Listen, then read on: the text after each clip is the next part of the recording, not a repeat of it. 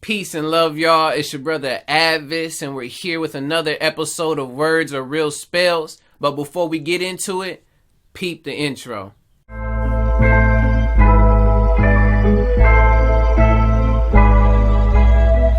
part of the story present and ongoing. We got tuned in here with the one and only A.D.V.I.S S.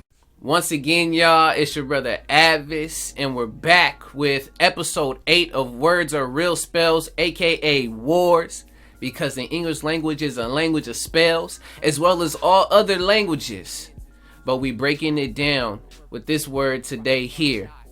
And before we get into today's word, I want to go back through the 4 ways of how we break the words down, which those 4 ways will be in the description, as well as the disclaimer.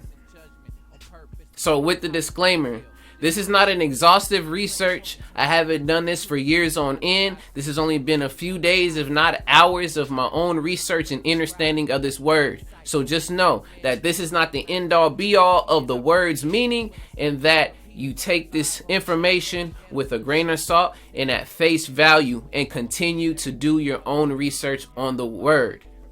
This is to spark creative thinking. Now, with that, today's word that we're going to be looking into is the word remember. I got it here. Now, first definition, remember, to recall to the mind with effort, think of again, as well as to have something arise in one's memory, become aware of something suddenly or spontaneously, as well as to retain in the memory. Not gonna go over all, they're in here. But I also want to throw up some synonyms, and some to keep in mind are retain, look back on, summon up, call to mind, be certain, keep in mind, and not lose sight of the fact. So keep those in mind, as well as memory, to memorize. Second definition, have in or be able to bring to one's mind an awareness of someone or something that has been seen, known, or experienced in the past. So this having to do with an experience, seeing something in the past and knowing it from the awareness and consciousness of your mind. And there's more. And lastly, mid 14th century, remembering, if I'm saying it correctly, which it means to keep or keep someone or something in mind, retain in the memory. And another part too is to bring to the mind. So those are the definitions for remember. Now, when it comes to breaking the word down, remember has 3 syllables, which is the re, mem, and ber. But in this particular case, when looking it up, it made sense to keep it into 2 syllables. So what we're going to do is we're going to break down remember into re and member for the sake of the definition and discussion. So re and member. Now, with the re, we've learned and known. In this particular case, re is the prefix, and it means again, anew. It can mean backwards or going back, as well as it can be used as an intensive, whether if you're refining something or putting some type of force on it. Another one that we all know, indicating the repetition of an action. So to recopy, redo in this particular case, to do something over again. And there's more. Once again, like I spoke on the intensive force, but for the main purpose of this word in particular, it's really to redo. So once more, anew, and afresh. Those we're going to look at. And lastly, it is also a word forming element like many other words are. And in this particular case, it says to back to the original place. Again, anew, once more. Especially keep the back to the original place in mind. Now that was the re. So now we'll move on to the member. So the first one, and this, all these parts here for the member. In this particular case, a distinct part of a whole, especially a unit of a sentence or a clause, a proposition of a syllogism, as well as an element in a set. Also, it being there's different parts or an organ within the human or animal body, and a math equation, and you'll see there's more down here, but I'm not going to get all into it. And then there's more on this same one, but that is the breakdown for member. Now, when it comes to my understanding and definition, after putting all of this together, my understanding and definition of the word remember is the act of thinking back to an original experience clearly and fluidly to inform the present moment. I'm going to say it again. Remember, the act of thinking back to an original experience clearly and fluidly to inform the present moment. And you can see in the brackets also says example as in person, place, or thing. But now, the reasons why I say that remember is the act of thinking back to an original experience clearly and fluidly to inform the present moment are for these reasons. Number one, when you're able to remember an experience or a memory very clearly and very fluidly, you are able to give all the different details as well as important parts of things that happened. So for example, if you went off to the beach or if you were outside playing, you're able to tell and recall or remember maybe what time of day it was, whether the sun was out, whether if it was rainy, whether it was hot or it was cold, who you were with, how did you get there, as well as how it made you feel in that particular memory. So when you do that, you're able to recall it very clearly and you're able to recall it very fluidly so that it flows so seamlessly like it just happened yesterday.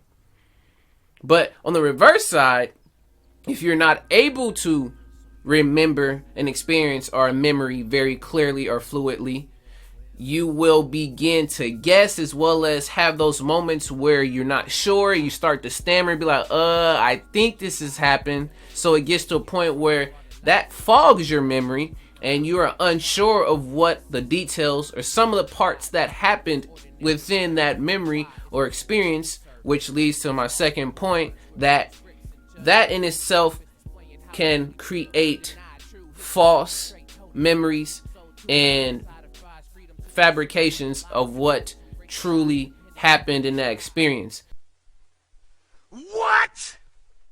And that could be influenced from either people telling you what you remembered from that, or from you being unsure of what happened and you start to just put things in the pieces together. You start to create a whole new memory, and now it is just a copy or illusion of the original one. So in this case, really the piece of on it being the original one and no replications. Okay. Which, that's what you want to end up doing, is making sure that you keep it clearly and fluidly as possible so that there is no room for so much error. There will be a little bit, but not for so much. Third, when you are able to remember an experience in memory very clearly and fluidly, you can also picture it in your mind very vividly. So you're able to close your eyes and you can basically recall that memory so well that you can see it happening with your eyes closed. Whether if you were somewhere and you were at the beach or you were at home watching a movie or whatever it may end up being, but you can clearly see it in your mind and you can tap into all the different senses that adds to that memory just based off of the fact that you can go back into it so clearly and fluidly. And lastly, which is a fun piece that I found. So I know we only broke it down into read and member. And when I was looking into the word, reason why is because bird really didn't have much meaning besides different acronyms. But I looked into the word mem, and within the Hebrew language, mem is actually the 13th letter in the Hebrew alphabet, and it literally translates and loosely translates into the word water. Now, you're wondering, okay, what does this have to do with remembering anything in particular? Well, when it comes to the whole thing of water, I use the word fluidly because of the fact of how water flows and it moves, as well as when we think about it, we within our own selves in the human body, what are we made of? Part of it we have is about 70% roughly we're made of water, and in different regions of the body those percentages break down into different parts. But in this particular case, in that part of the mem, we're part water. And there's a whole study as well as their whole thinking around that water is actually conscious, as well as that it can retain and it can hold memory. And some of those folks that have those particular, thoughts are folks like Jacques Benveniste. Jacques Benveniste. If I'm saying it right, Benveniste, as well as you have Masaru Emoto, and you also have Sanguru. All these guys, I'm gonna put them up, but the whole idea of knowing that water is memory, and that how you put all of that together to create yourself, and knowing that since we're a part and we have instances of water within our body, we retain and have this memory too because of that fact that flows with water, and it pieces back to being with remember. There's so much more that I could get back into this word, and I would love to, but with that, y'all, this has been episode 8 of Words Are Real Spells, aka Wars. Appreciate y'all coming and watching. If y'all have any other words, please throw them down in the comments, as well as don't forget to like, comment, share, and subscribe for more words and videos from your boy. But other than that, I've been your brother A.D.V.I.S., adding vision for you to envision your own thoughts, words, and decisions. Peace. Until next time. We can't see that well, so we can't see that well, we need lenses. We can't see that well, so we can't see that well, we need lenses. We can't see that well, so we can't see that well.